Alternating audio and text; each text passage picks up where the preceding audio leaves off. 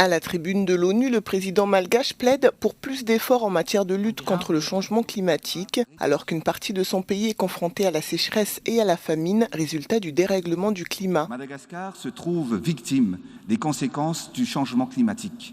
Les vagues de sécheresse dans le sud se font récurrentes. Les sources d'eau se tarissent et toutes les activités de subsistance deviennent quasi impossibles. Mes compatriotes du Sud endurent le lourd tribut de la crise climatique à laquelle ils n'ont pas participé. Mesdames et messieurs, en matière de lutte climatique, tous ces efforts seront vains si le laxisme dans l'application des mesures de sanctions dans la lutte contre le changement climatique continue. Cette crise nous force donc à changer de paradigme, car si nous n'agissons pas, elle perdurera et s'amplifiera.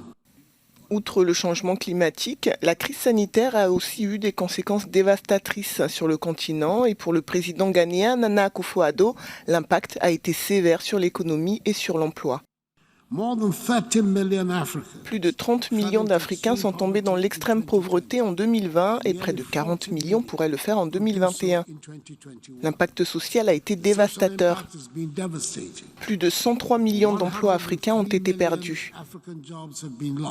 Cette année, à cette 76e Assemblée générale de l'ONU, ce sont le climat et la crise sanitaire qui sont au centre des discours et des préoccupations des chefs d'État.